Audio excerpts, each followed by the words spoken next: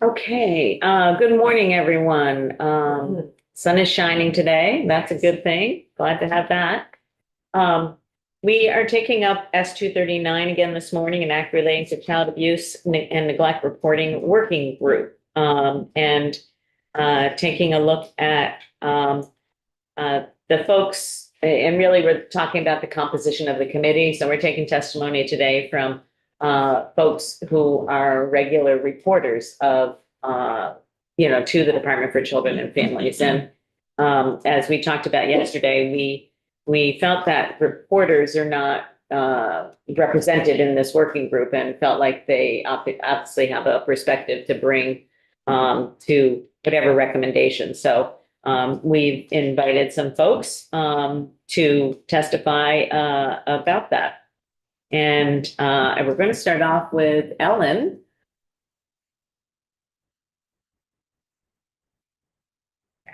Good morning, Ellen. Good morning. Nice to see you. Thank you. Thanks for having me. We have some folks who haven't been in the room this session, so I think we're going to do a quick round of introductions around the room. My name is Teresa Wood, and I'm from Waterbury, and I also serve Bolton, Buellscore, and Huntington. Good morning, I'm Dan Noyes. I represent Wolfgate, Hyde Park, Johnson, and Belvedere.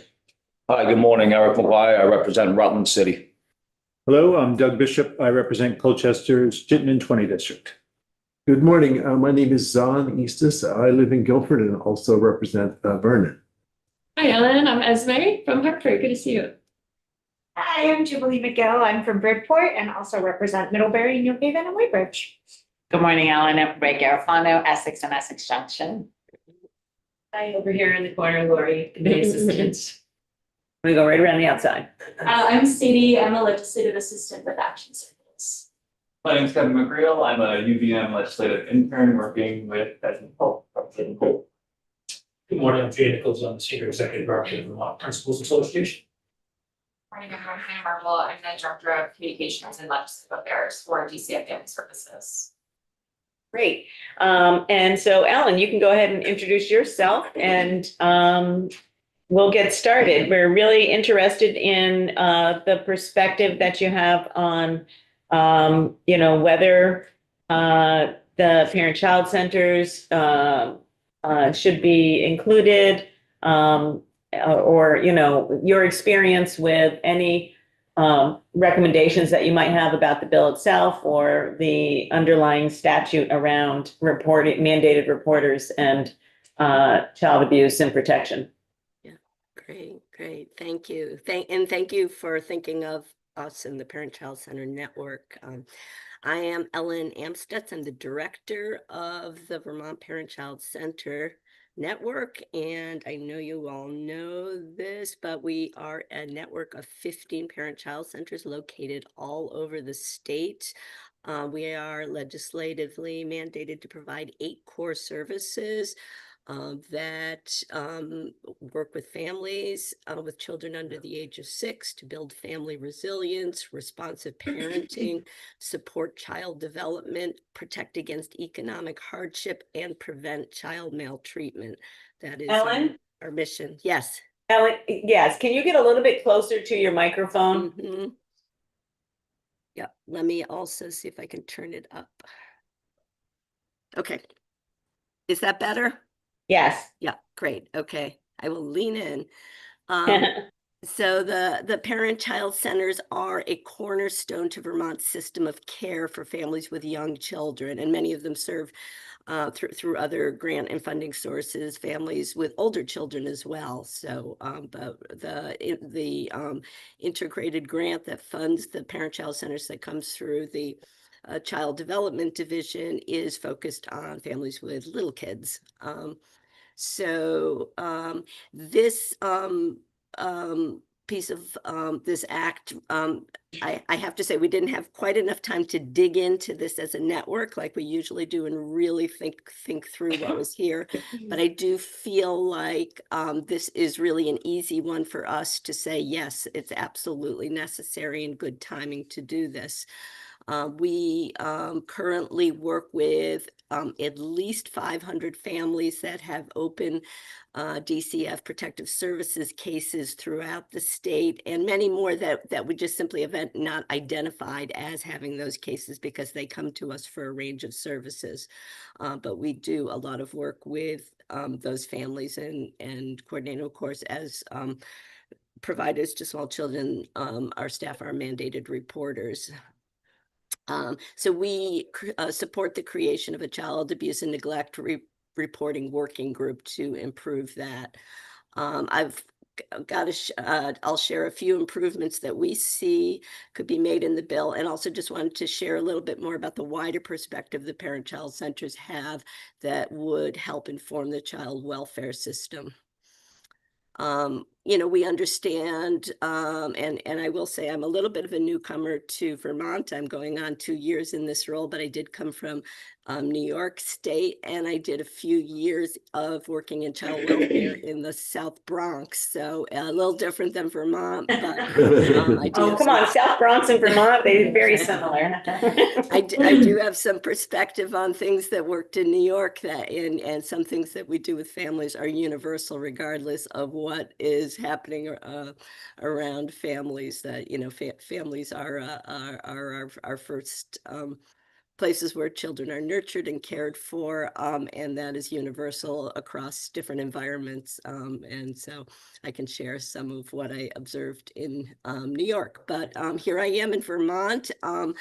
And Vermont does an amazing job of focusing on children, and there is so much potential here in Vermont to really strengthen the work that we do with small children and families and support them. So, it does seem that this issue needs to be addressed in Vermont. I see that it is somewhat out of step with what other states are doing. So I know this was mentioned in testimony yesterday, but as a first step for this working group is really doing an analysis of how other states are doing, how mandated reporting has shifted over the years, what we can do. I see there's a lot of legal compliance issues in this. I really valued what Matthew Bernstein said yesterday. Boy, you really need some lawyers to dig into this and just really make sure that we are, as a state, following the rules, but being supportive to families as well. It's paramount that we protect children. DCF does amazing work in protecting children, but there's also more work that can be done with families. So comparison with other states would be a really helpful first step. I know this was mentioned also, but I do think the scope of the bill could be clearer, like what is the expected outcome of this bill, maybe just a really like an aspirational where's the bill hoping to get there, so we have a little sense of what the end product will look like and where we go from there.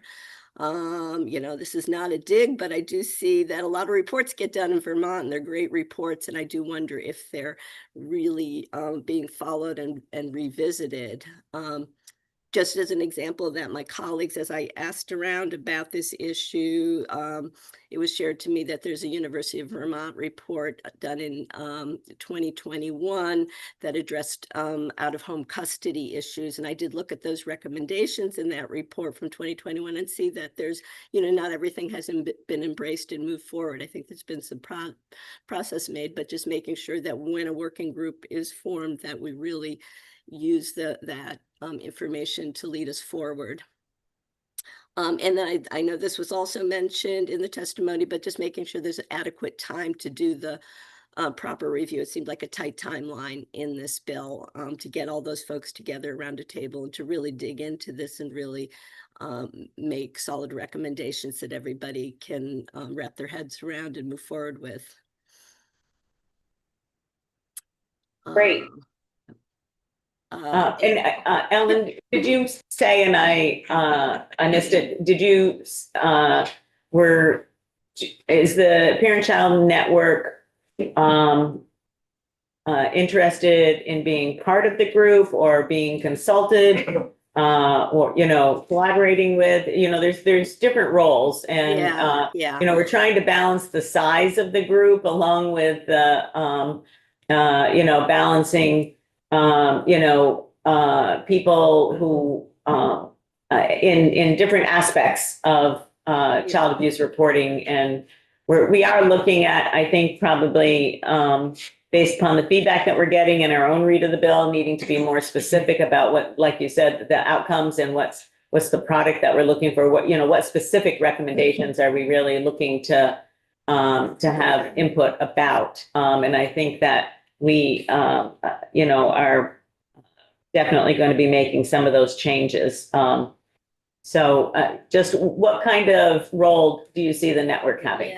Yeah. And as the bill is written, it's very specific to the reporting process and mandated reporting. And I would say, without having really consulted my colleague of 15 parent-child center directors, what I could see the PCC's role and at this point is really providing some information to the work group based on our experiences, rather than maybe necessarily sitting on the work group, because I do see that there's a lot of legal expertise that we may not have delved into, but that we do have the family perspective and that and the mandated reporter perspective. What is that experience like for the parent-child center staff? The training, is the training adequate? The process, and I think we could weigh in with some data, so qualitative data for the work group.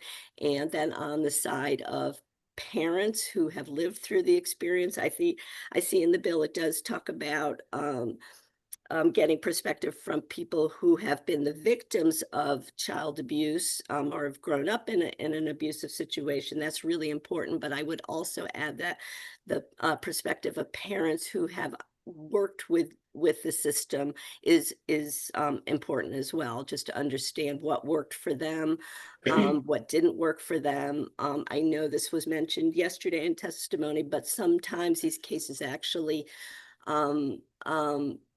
re-traumatize families, and that there are other approaches that can be used when a family is having challenges in parenting, that the state in general should really take a preventive approach and a supporting the family approach.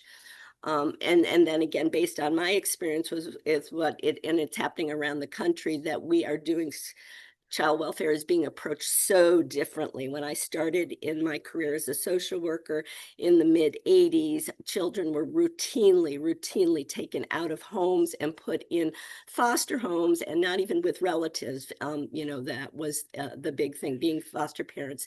And we saw that over time that removal, kind of the quick removal of children without really considering the other factors in the family, was really detrimental. We did much more harm than good over the years, and we've slowly but surely moved towards a system where we're supporting parents and understanding that parents face challenges, and that there's, with the proper supports and understanding what kind of the root causes are of child maltreatment, that we can actually preserve families and help parents turn that corner to be nurturing, safe parents, and that in the end, that really is better for the children. You talk to anybody that's been a child exposed to the child welfare system, as they have gotten older and reflect on the situation, they almost always want to be with their families, or at least their extended families. So there's a lot more that can be done. I know Vermont is moving in that direction, just like all the other states are, but just making sure that families, we see them in the parent-child centers.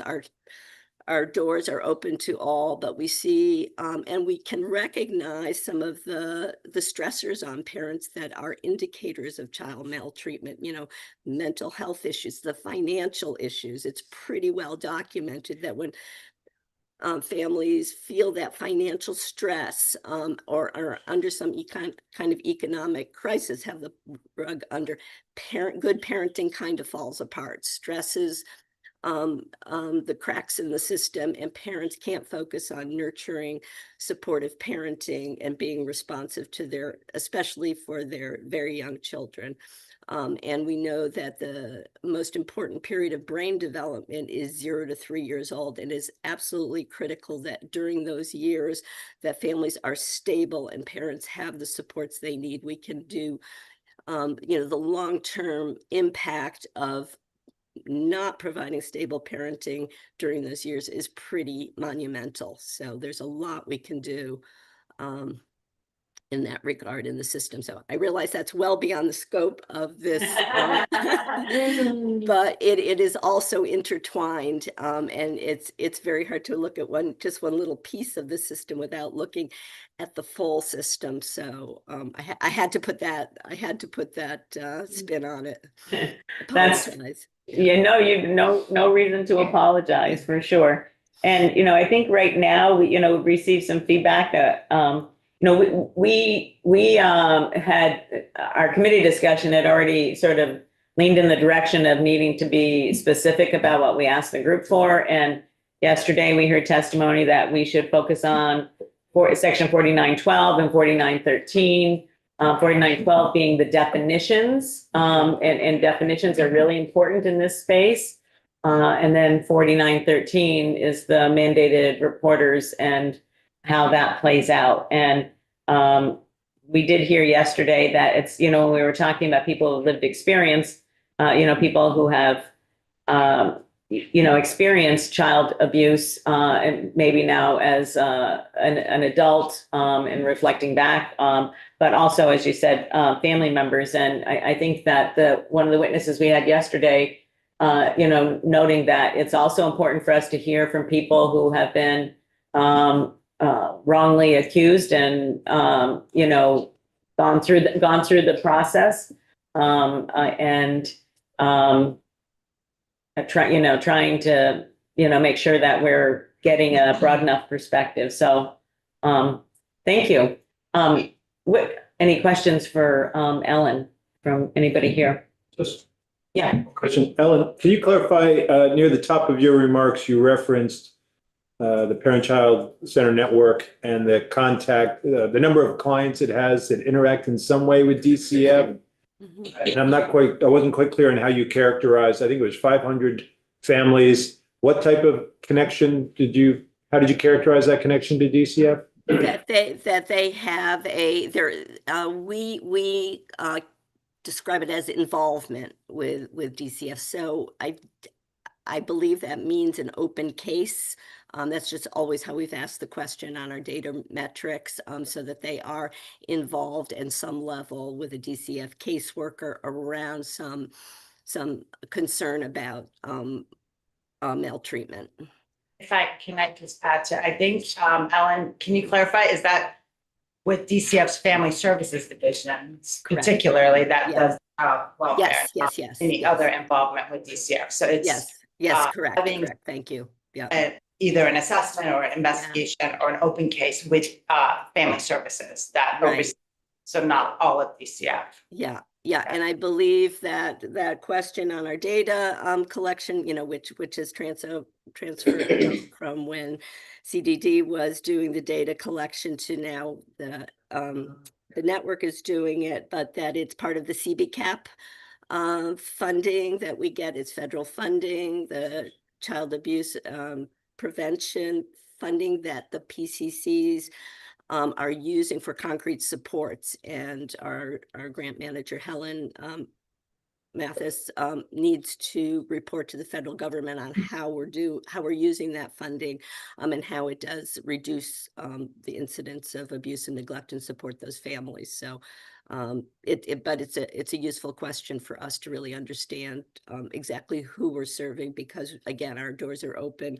Folks come to play groups, they just jump in on parent education programs, they get home visits, and until we really get to know them, we may not know that they have an open DCF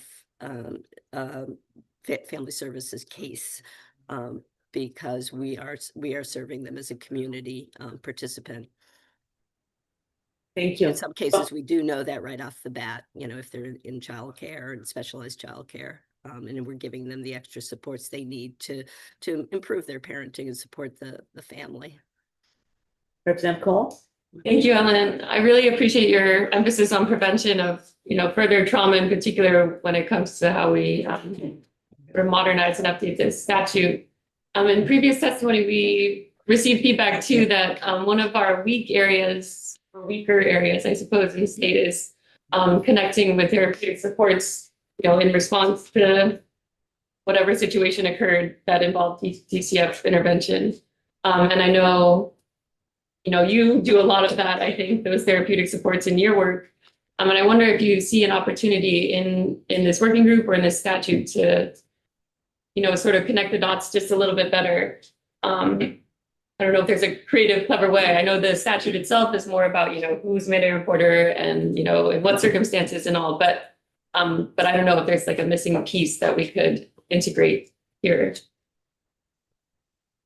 Yeah, I mean, I would love that. I mean, I think we'd all love that, but I get the mission creep on the actual act. I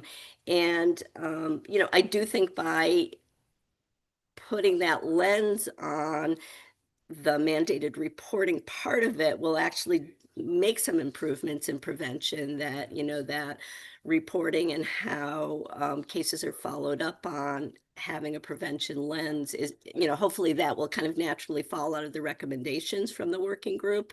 If I look at the folks that are already listed to be on that working group, I think that will be, we're all on board with that. I believe, that it will just come out of, and again, that the scope of what the working group does and how they do their work hopefully will get us to the right place on that, and there'll be recommendations from that working group that will apply to and prevention. Again, it's a national, we're going that direction nationally, and we see the results. And I also do want to say, just from a really kind of positive, optimistic view, what Vermont is doing with childcare will absolutely improve outcomes for children for a number of reasons. Number one, they were going to be getting this high quality early childhood care, but also we are relieving stress from parents, the financial stress of how do I pay for childcare and can I get to work and what am I going to do with my child, and I don't trust the childcare provider that I have. So that will, and those that type of parent stress does lead can lead to maltreatment. There'll be more eyes on that family too. There'll be a that child will have professionals interacting with them, and they'll be interacting with the parents as well, and modeling that positive parenting. So I do see really positive outcomes for children in general, even beyond what the obvious benefits of the child care bill are. And so we're really happy about that, and the parent-child centers are happy to be part of that system to fill in the gaps and to be that system of support for families who face challenges. Thank you. Thank you, Ellen, for being here this morning, and thank you for your work with the network. Thank you. Thanks so much for having me. Okay, Ian. Welcome. Hi. Thank you. Thank you. Thank you for hanging in there, especially I know being a school counselor is a busy job at a local high school. So thanks for hanging in there and giving us the time this morning. Yeah. Happy to be here. I would just briefly introduce myself. My name is Ian Trombulak, as you can see, and I am the counseling director at Lamoille Union High School in Hyde Park, Vermont. So Representative Noyes is one of my reps. And He'll be back. He had to step out just for a moment, but he'll be right back. No worries. I actually grew up too down in Middlebury and graduated Middlebury High School 2008. I'm almost positive that I graduated with Representative McGill's sister. Yeah. It's like your name stood out, and I was like, I know. Yes, I'm one of them. Yeah. A bunch of sisters. Yeah. So that's just, I love Vermont. Grew up here, small state. This is the second or third time I've testified on Zoom to a House committee, and there's always some fun connections there. I love this state. So in addition to being a school counselor, I also am primarily here representing the Vermont School Counselor Association. I'm on the board of directors and the chair of the advocacy committee. It's one of our three committees. And so I have some written testimony that I'll read, and I'm also happy to answer questions, any questions that you might have for me as well. So thank you for the opportunity to testify on S239. This bill represents an important opportunity to strengthen how Vermont supports students through a coordinated statewide approach. It is a meaningful step towards strengthening student support systems in Vermont. We would like to request that you consider including a school counselor in the list of stakeholders with which the working group will consult. This will help ensure that the policy development will include input from professionals with direct expertise in student mental health, academic planning, and family engagement. School counselors are essential to the success, safety, and well-being of Vermont students. They support academic achievement, college and career readiness, and critically, student mental health.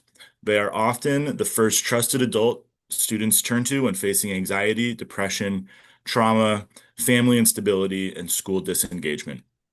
For this work to be effective, it must include input from the professionals who are most directly engaged in addressing these challenges every day. School counselors bring unique, essential expertise in mental health support and early identification, family engagement and communication, academic and career planning, systems level coordination and implementation, direct work with students while also collaborating with educators, families, community partners, giving them a comprehensive perspective on student needs and school systems. Including VSCA, Vermont School Counselor Association, will help ensure that policies are grounded in real school-based practice, recommendations reflect student-centered, developmentally appropriate approaches, implementation is practical, sustainable, and effective across districts, and with 119 school districts across Vermont, consistent and informed guidance is essential. School counselors offer a statewide perspective rooted in direct service to students. So that's my testimony. And I think just to clarify, we're proposing that a school counselor from VSCA be a consultant that folks reach out to for information. Great, thank you, Ian. One of the questions that came up yesterday, that we had some discussion about is training and training for folks who are, on the current list of mandated reporters. What does that look like for school counselors and other educators? What does the training aspect look like? Yeah, it's a great question. So I think the first pass is that school counselors are all master's level licensed. You need to get your master's to be licensed as a school counselor or be working towards we have some school counselors that work under a provisional license while they work towards their master's. And those master's programs, they're primarily centered at UVM and Vermont State. They all include ethics courses that cover mandated reporting in pretty extended detail. We talk a lot about it, run through scenarios at in our master's programs. And then annually, I believe this is common across all school districts, though I've only ever worked at Lamoille North. So but I believe every school district, just like us, has an annual set of trainings that we do at the beginning of every school year through a software called Vectors. And there's probably 9 of them, and it probably takes 2 to 3 hours that we complete during our first week back at school before our students arrive. So it's usually the last week of August. They're modules, and so they deal with both medical stuff. So we have one that's about seizures, how to identify, it's sort of just a knowledge check to make sure that if you're in the building that you know how to respond to certain medical emergencies, and one of them is around identifying child abuse, mandated reporting, things like that. So we get sort of knowledge checked at the beginning of every year, at the beginning of every school year, in addition to kind of at the outset of our careers, when we're going for our degree. That's when we learn the most, and then there's sort of the periodic training. And is the training specific to Vermont law? So in other words, there's kind of like broad-based training about how to recognize child abuse or neglect or things like that. But do you get specific training about what the requirements are for the Vermont law? No, I think it is more, when I think to the trainings, I think it's more broad-based that is a really good question. I can dig back into that and get back to you, but I believe that the vectors trainings that we do at the start of the year are broader. The education we get in our master's programs is more specific to Vermont, but that really is, only if you're a school counselor that got your degree in Vermont. And of course, we get Right. plenty who don't and move to the state for the work. So, yeah, I think the training could be significantly improved for sure. Certainly on my team, it's something that we talk about a lot when it comes to mandated reporting. It's mandated reporting in schools, and as counselors, there's of course the need to consult with your team not infrequently, because the therapeutic relationship with your students comes into play, and it often runs up against the legal and ethical requirement to report. So it's something that is not whispered about. We talk about it quite a lot. Like, at least once a week, I'll be having a conversation with a colleague of,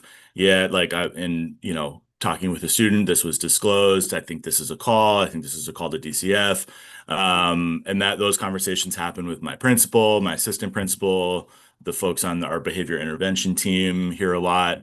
And sometimes kids just drop things in the middle of a conversation or in the middle of the hallway, and so it's sometimes we find ourselves in gray areas that we're not quite sure which way to go with it. And so it's something that as school professionals, mental health professionals, we spend a lot of time talking to each other about and trying to sort through obviously some cases are black and white and it's crystal clear what needs to happen. And then there's a handful that require a little bit of teasing out of how are we gonna navigate this.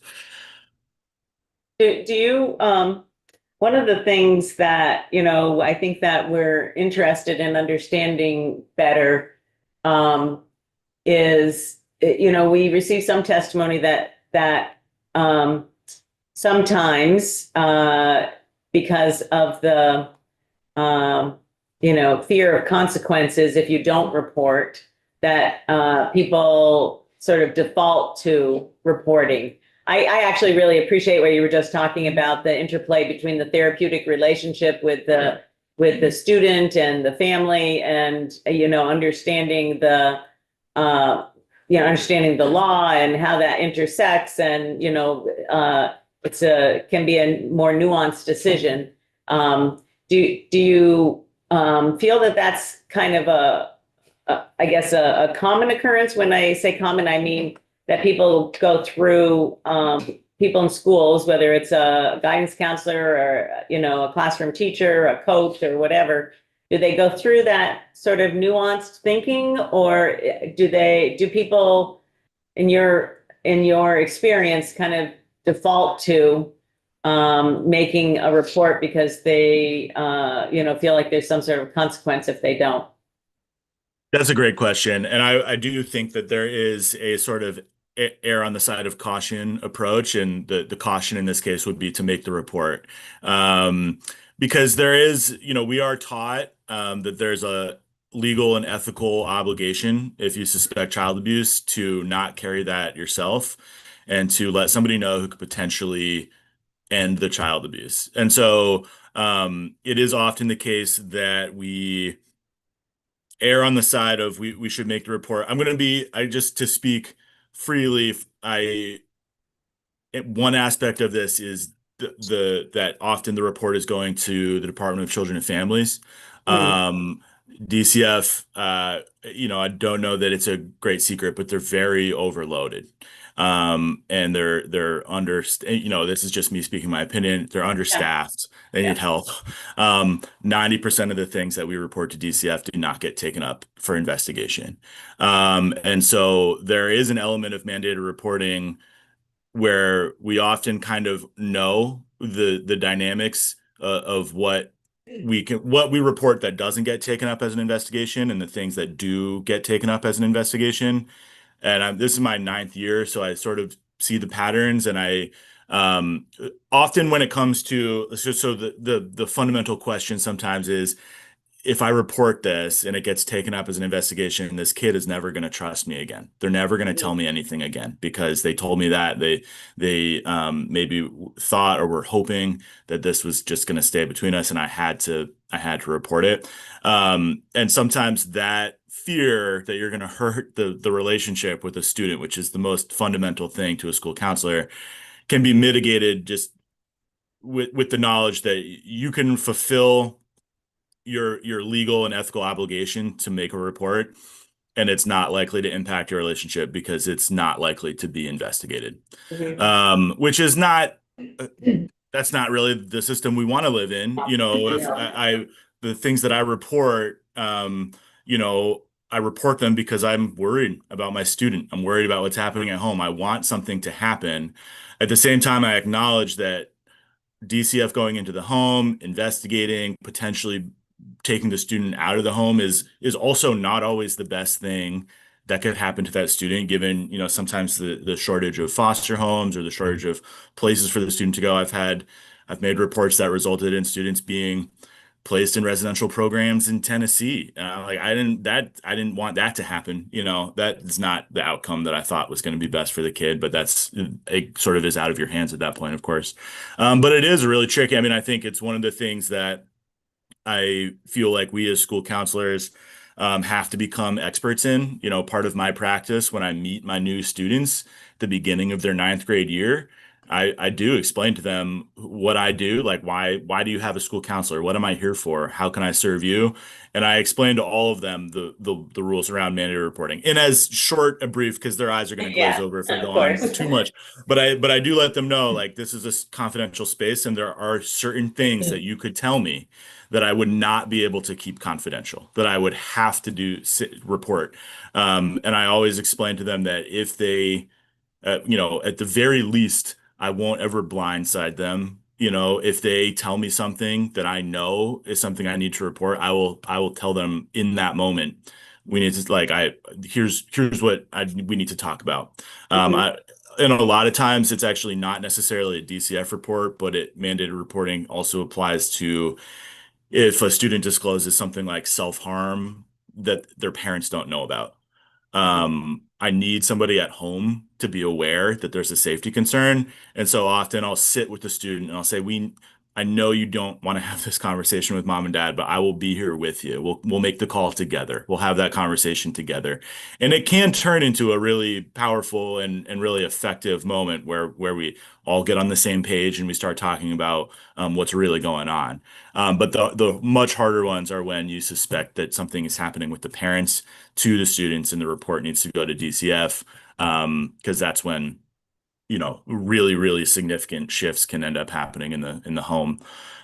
Which, like I said, sometimes shifts need to happen, and sometimes the shifts that do happen are not ones that are going to be better for the student. But I think that is a much larger, of course, beyond the scope of this committee issue around, you know, funding and resources and how we handle things once they get to that stage, of course.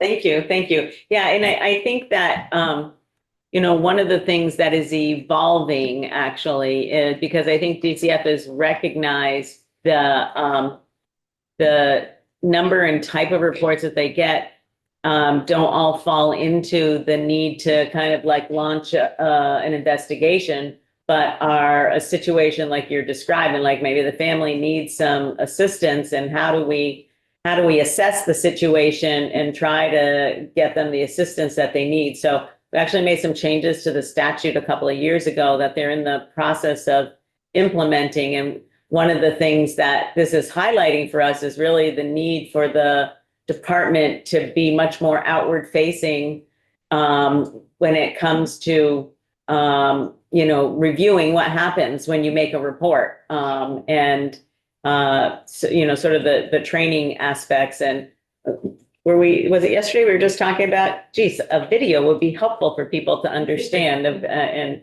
you know, the department could do a video that says, you know, that could be part of the training aspect, and maybe they do that already. I'm not sure, but I feel like there's opportunity for folks out in the field, such as yourself and your colleagues, to have more information about sort of what does happen. And it feels like you all could be good feedback loop for the department in terms of systemic things that, you know, they are looking to want to improve. And sounds like you've got some good feedback for them, and they're in the room listening. So that's good.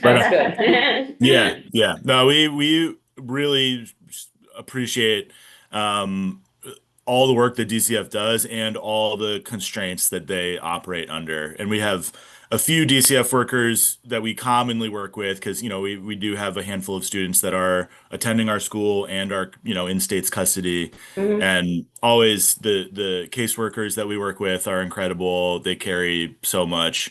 And yeah, really, I mean, it's the same wish that I have for public schools, which is that, you know, I think we would see amazing things happen if we pump some resources into our Department of Children and Families and really help with it. I know they have like turnover problems because the work is very intense. It leads to a lot of burnout when you're carrying that much and seeing that much trauma, you know, front and center in your work every day. It leads to a lot of burnout. And so I think there's a lot of overlap between DCF and public schools in terms of things that would help us all do our jobs, you know, do the things that we love, you know, that we're passionate about doing. Yeah. Thank you. Representative Bishop. Thank you for this testimony. Earlier, you were talking about the conversations that take place should you, a para, a teacher, whoever, suspect abuse or neglect. And I'm wondering what you can tell us about to what degree are those conversations what your school believes is best practice and how to address whether or not a report is made? How much of that reflects what happens in other schools to the best of your knowledge through your association? Just trying to get a sense as to that internal process as decision-making is taking place about reporting. Yeah. Sorry, the bell just rang, so there's going to be like announcements. For a second. Oh, to be in high school again. Yeah, you guys, that sounds familiar. Yeah, there might be one more too. There's a few different people that do announcements. But that's a great question. To the best of my knowledge, it's consistent across schools. And there's not, I think we do have language in our handbook about it, but that's not crafted just by Lamoille North. I think it goes to bigger legal statutes than that. Was that sort of your question? Is it school specific or is it more of a statewide consistent? Yeah, it sounds like there's some consistency in the decision-making process for reporting, and it's maybe part of, a set of, I think, model rules one. or practices that it's made available to your school. So yeah, that's helpful. Yeah, I think in theory it should all be consistent across schools, but of course, you know, there's a lot of schools and a lot of different teams, and there may be different interpretations of things. So it's hard to say things are always 100% consistent across schools, but I think in theory they certainly should be. Great. Anybody else have a question for Ian? Thanks very much. Thanks for your role in supporting kids in schools. And of course, yeah. I know. I was just gonna say, thanks for sticking with Vermont. Yeah, no, of course, I love it here. Thank you guys for everything that you do, and we'll be in touch. Thanks so much. All right, thanks again. See you later. Okay, so why don't we stick with schools and invite Jay? Good morning, everybody. Hey, Vermont Principals Association. Want to mention that Ian's principal was a student of mine as a principal, though, not as a kid. And we never were able to get rid of the pink hats. So that's so for the record, Jay Nichols, Senior Executive Director of the Vermont Principals Association. In terms of the bill S39 that passed the Senate, my testimony today is about protecting children and students in our schools and making sure school employees know what they can and cannot do. So I listed the 6 purpose items under Title 33, 4911, which I know you guys are all well aware of. I'm not going to read those. I'm going to skip right past them so we can get into questions if you want. And then just say from there, I share the above purpose items because I want to make it clear that the Vermont Principals Association understands that the work of the folks at the Department of Children and Families extends way beyond what happens in and what is reported to school officials. That said, we know our members and the staff, you just a staff member, they supervise, play a key role in child welfare issues. As mandatory reporters, and more importantly, as adults who care deeply for the children they serve, our members and the staff they supervise recognize that our schools are key components of any reporting of potential child abuse and or neglect. We believe input from our members could be invaluable to the working group, and certainly is something the Vermont Principals Association would like to testify on once the working group makes any recommendations that might impact how schools interact with issues around reporting of child abuse and neglect concerns.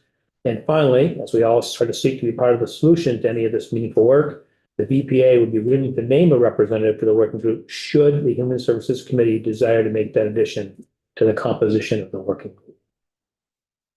Okay, and then just love to jump right into questions and maybe clarify a few things that Ian said from more of a state perspective, if you would like. Thanks. Thanks, Jay. Yeah, I would be interested to know your perspective. What was what did he call it? Hold on. Vectors. What is a little bit more? Is that a statewide thing? Is that? It's not a statewide thing, although, and I got to be full disclosures, starting 10th year at VPA. So I haven't been a superintendent for 10 years. When I left the superintendency, the district I was in was one of the first that put in Vector Solutions. And Vector Solutions is essentially an HR platform where there are videos people can watch. We had HHB training on there, bloodborne pathogens, mandatory reporting. And so I don't know if every district in the state is using Vector Solutions or some other type of program. Back then, I know we were using it, but like Essex had their own thing. I'm not really sure if everybody's using it or not. What I am sure of is that everybody does have some type of training on mandatory reporting. And I think it's pretty consistent. Typically, the Vermont School Board's Insurance Trust underwrites that type of training because obviously they're thinking about from a liability. Yes, exactly. A liability perspective. So usually it'll be the firm of Linland and Blackman. Sometimes districts will use other firms to do that training, and sometimes they'll use internal people. It could be a guidance director who's gone through some high levels of training. He or she might be training the rest of the staff. Very important, especially when new teachers are being oriented and new staff members. And then we at the VPA, we run a course called Leading Vermont Schools for new principals. About 200 and something principals have taken it so far. I'm the teacher of it. And we focus a lot on mandatory reporting and other requirements of law. To that end, the law changed, as you folks know, geez, it's probably been 13 years or something, where the standard now is a little bit higher in that we're encouraging people to make reports all the time. We're saying, we don't want you to use your professional judgment. If there's anything that, if it were true, even if you don't think it's true, that you think might rise to being suspicious, if it were true, then report it and let the experts make the decision at DCF whether, there's an investigation or not. And we would rather err on that way. One of the things that we tell new principals all the time is maybe you make this report and you're like, well, it's really nothing. It's probably not going to lead anywhere, but maybe there's a folder there of 5 other things that have happened with that family at a different school that they're at, or maybe not even related to school. And that might be enough for DCF to say, you know what, there's enough here where we really need to try to provide some resources for this family. Maybe not investigation, but just providing support for the family. So we tell our folks, report, leave it to the experts, share your information truthfully with them, and then let them make the decisions. And we're pretty adamant about that at the VPA. And so one of the things that we were asking Ian is the training that's provided specific to Vermont law or sort of in general about your role as an education professional? And it's probably pretty consistent from state to state around education professionals being mandated reporters. Do you know from your experience about whether it's ours is specific to the state of Vermont? What we do at the VPA. Yeah. As a superintendent, we did what was specific to the state of Vermont. And so in the Vector Solutions type video that we use, it did talk about general signs of child abuse and respond to them. But then we work with them. We used to actually have DCF and Northwest Counseling come in and do the training with us so that the experts that we're dealing with on a day-to-day basis were working with our teachers so that they had relationships with them. I don't know if every supervisor union or school district Does it Does it that way? Yeah. But I think it's an issue that people are very aware of, and I think there's I think there's more consistency across the state now than there ever has been before. And I think the more we can continue to lean into that, the better off we're going to be.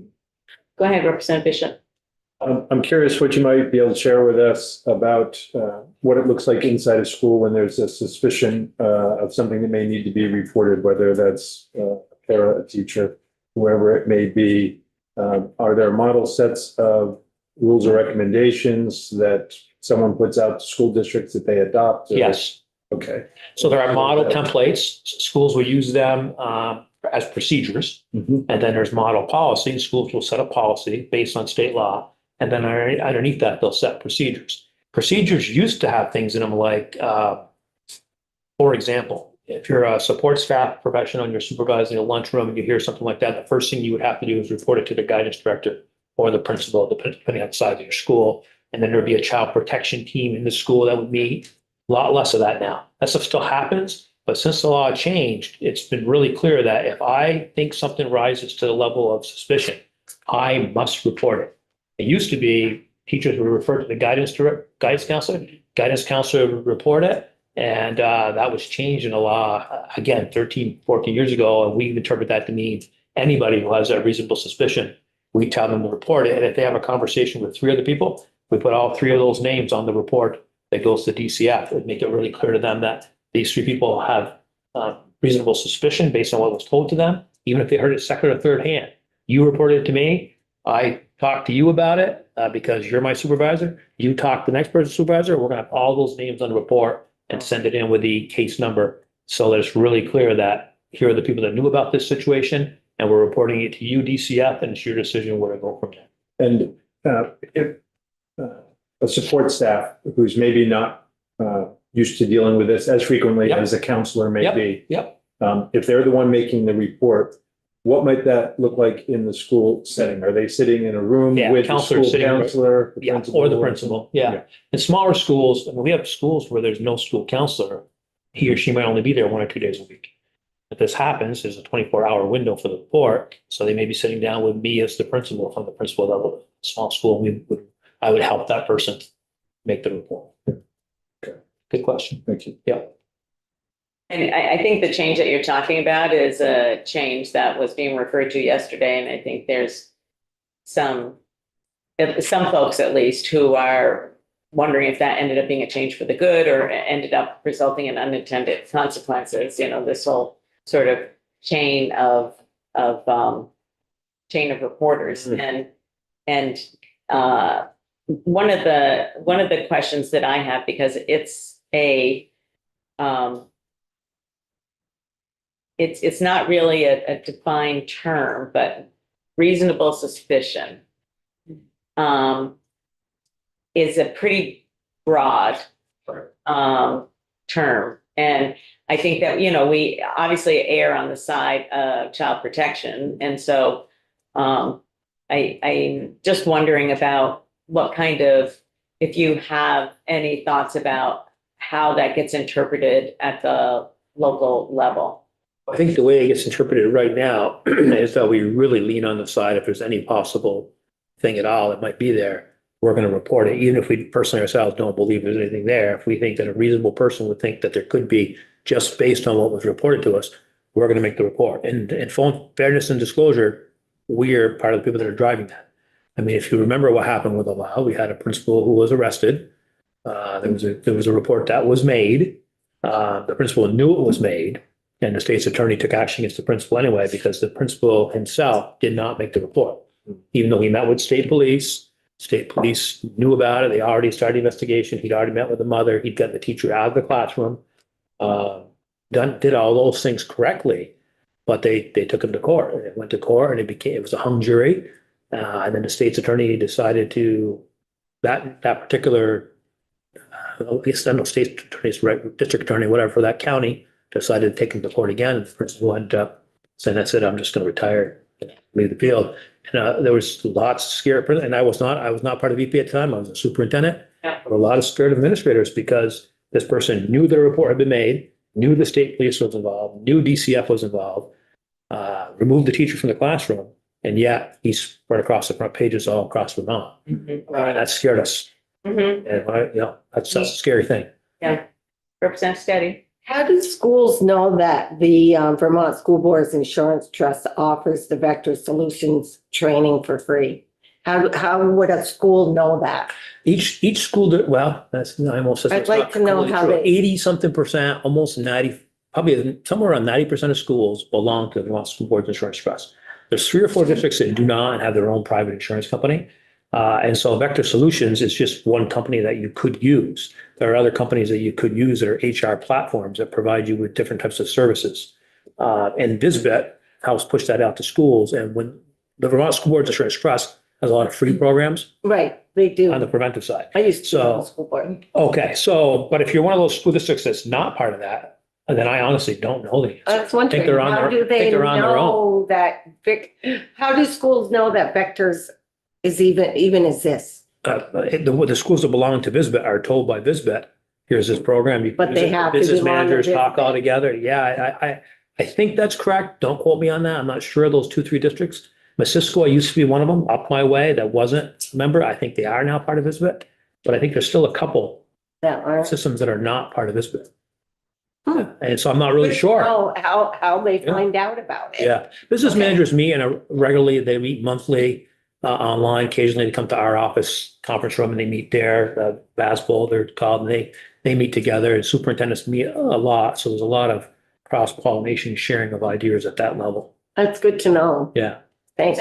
Welcome. Jay, if we were thinking about adding somebody from the education world onto the actual committee, we have school guidance counselors, we have school nurses, we have the Principals Association, Superintendents Association. I probably wouldn't be considering the school boards because I'm looking for people who are direct reports. And we only had one. You only had one. Right. Because the group has to be manageable, and there's a lot of Understood. organizations and individuals who are interested in this. So there's kind of like this 2 levels, the consult with, Yeah. that we heard Ian talk about, and the previous witness. And then, people who are actually, we talk about, are you sitting at the table or are you around the table? So the people at the table. And, I think that we feel like it's important for people who are actually mandated reporters to be at the table, and also around the table. But, so I'm just trying to, if we had to choose one, what would be your recommendation? If I was a superintendent, I would say it should be a principal. And I was a superintendent for a long time.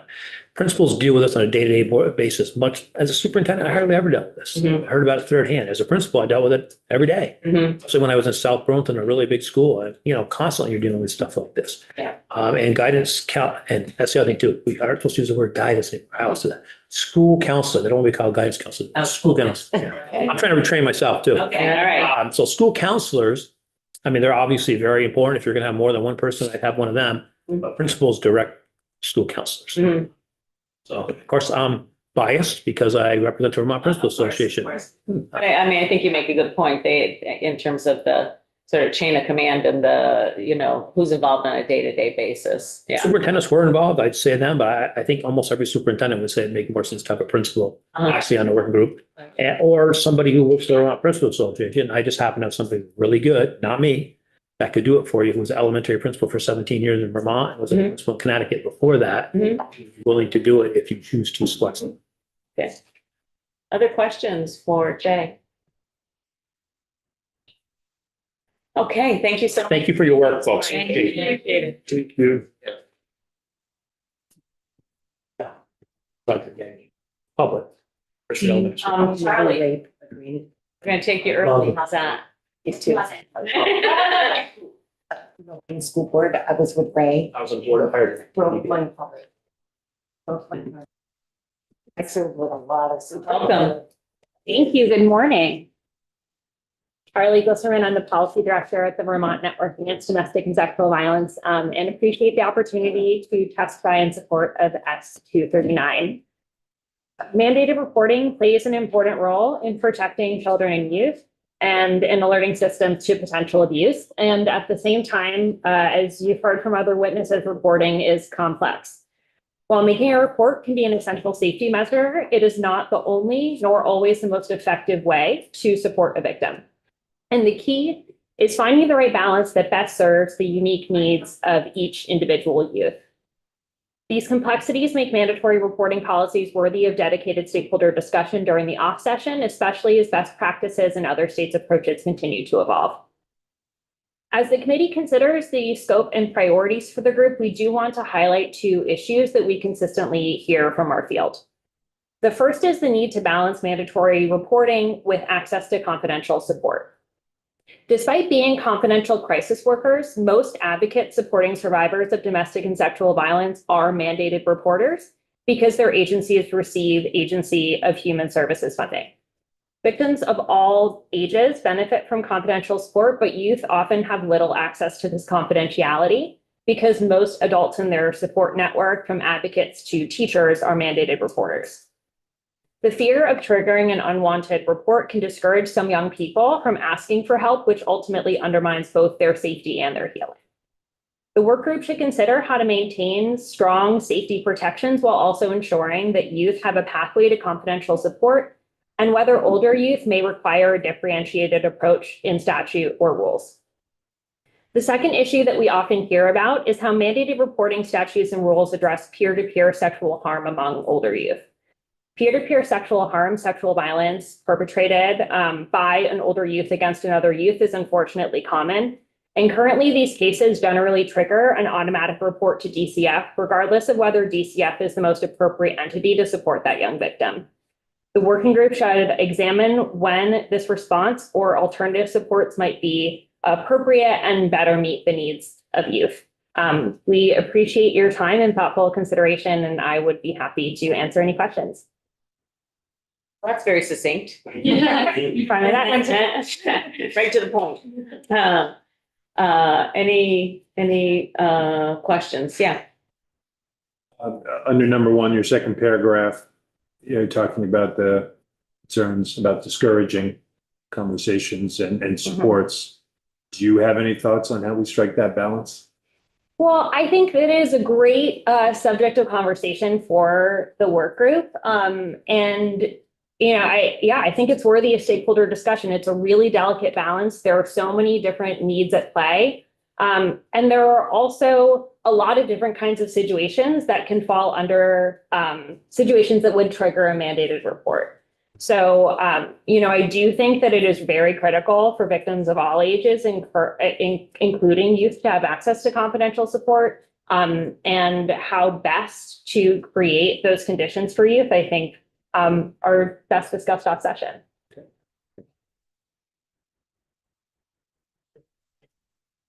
Go ahead, Representative Cole. Thank you, Charlie.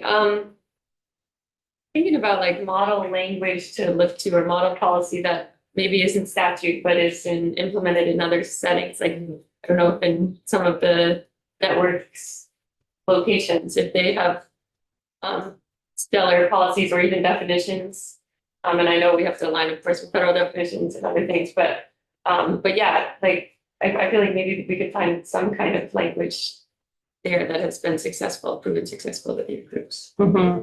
It's such a great question. As far as like guidance for our member programs and how they approach mandated reporting, upon hire, all advocates go through basic advocacy training. It's called the BAT, which includes training that the Vermont Network provides to member program staff on mandated reporting. And then, of course, those individual organizations provide other training to their staff as well. So I think one opportunity within this working group would be to, take a look at those materials and think about how is this really playing out in the field. I also know that this is a topic of conversation that is happening in many states across the country. And, I convene with policy directors that do similar work that I do, who are taking a look at this and making reforms in their states. And so I think that's also another opportunity to go to them and collect feedback and ideas in the process of this working group to bring to Vermont. Yeah, Representative. We've heard a lot from various witnesses about just kind of the member list, both of the the actual working group and the consulting. Do you have any suggestions there? Is there a group, like, a very obviously missing that we should be hearing from? Any thoughts there? I really appreciated this committee's discussion about, potential actors and being thoughtful about who's at the table and around the table. So I'm grateful for that discussion. Beyond that, there's nothing that sticks out to me of a group or perspective that is really missing. But I think there are a lot of different perspectives from our field that I would want to do some really deep engagement with staff at our member programs to bring to the conversation in the work group. And I think that it's your network of folks that you interact with, I think are particularly important because they're people who've experienced these situations and the impact on Bless you. on the whole family, and understanding the trauma and potential re-traumatization. And one of the things that I think that has been insightful in this discussion that we've heard from various witnesses is the need to be perhaps asking the task force or working group to give us recommendations about how to nuance this a little bit more, how to fulfill our obligations around child safety and ensure that we do that, but also how to maybe, I'm just saying maybe, potentially have that have some sort of way to recognize that that might not be the best outcome. And I even as I say that, I'm hesitating to say it because I'm not really sure, which is I guess why we want all these people sitting around a table, virtually or not, to be thinking about it. But we've heard it over and over again from people, people who see these children and see the families. And I'm sure if we had a DCF caseworker here, they would probably be saying the same thing, that there's situations that, that maybe got to a point that would have been better handled not with DCF. But I really am not sure how to figure out how to balance that, with the responsibility for child safety. But that's why we're going to have a good group of people talking about it and trying to figure out, what are other states doing, because this isn't just a conversation we're having here in Vermont. It's happening all over the country. Are there ways for us to pick up on that? And, I appreciated Matthew Bernstein's testimony yesterday saying, really need to take one step back and look at the definitions and how do those definitions impact how things are reported and by whom and all of that kind of stuff. So,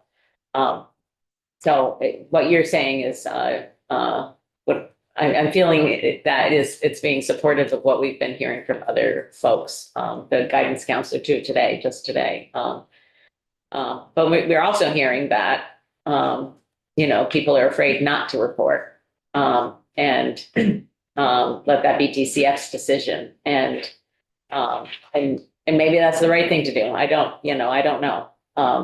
And maybe it is in some circumstances and maybe it's not in other circumstances. And, but then, we've heard from the VPA, where a principal kind of got, felt like they were doing all the right things and all the right things happened for the child, but, they didn't report directly.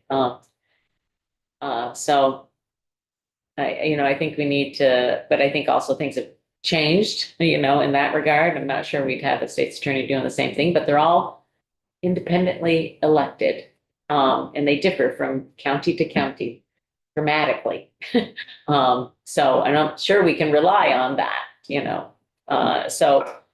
thank you for your recommendations around that we need to think about that. Yeah.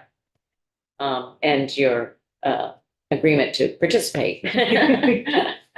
Any other questions for Charlie, the network?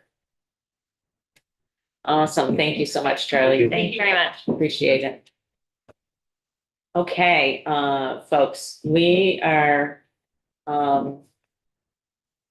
just trying to think, Lori, do you have any additional testimony? I think we're moving to markup on this bill.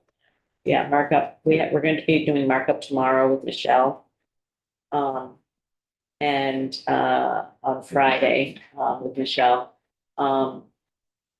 We don't have any additional witnesses, scheduled. Is there anybody that people want to hear from that we haven't heard from? And remember, we're not digging into all of the underlying stuff that we're just really talking about the work group and what's the action of the work group. So now's the time to say, if there's somebody else you want to hear from. Yeah. Yeah, I mean, I've expressed this before, and this is a very tricky area. I think there's transparency about my passion of this particular area, but our mandated reporting statute is very explicit in exempting the clergy in confessional settings from mandated reporting statute and the rules that other people are governed by. So I just feel like because that is explicitly a piece outlined in our statute, I would love just a little bit of wisdom from people impacted, because we do have a really hard history. And I've personally been affected by this particular piece of history, and hard to talk about, but just wanting a little bit of perspective there, because I just feel like ignoring it is, especially when we have it in front of us. This is a really important opportunity.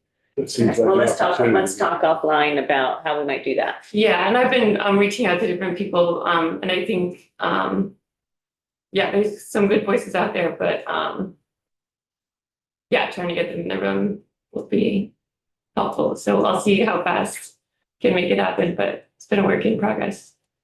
Okay. All right. Thank you. Thank you, Esme. Okay. All right. We're going to take a break into